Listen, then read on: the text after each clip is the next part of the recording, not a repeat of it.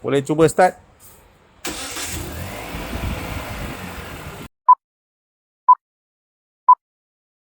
Okey, Assalamualaikum, salam sejahtera. Hari ni kita ada satu Proton Izora nak tukar bateri. Jadi bateri yang dia pakai sekarang ni kita dah check. CCA dia dalam 373 CCA. Jadi yang ini boleh pakai lagi, cuma dalam 3 bulan macam tu mungkin dia akan kong lah. So sekarang ni customer nak tukar kepada bateri Nanex. Okey, ini adalah bateri Nanex.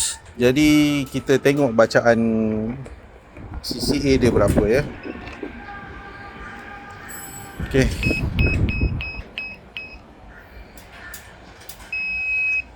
Okey, bacaan CCA dia 759. 759 ya. Sangat tinggi untuk kereta Izora ni.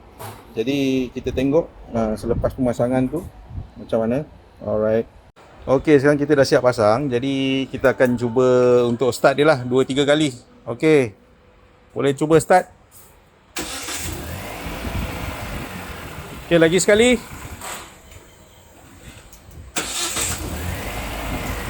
Okey, last time. Lepas tu buka lampu Okey.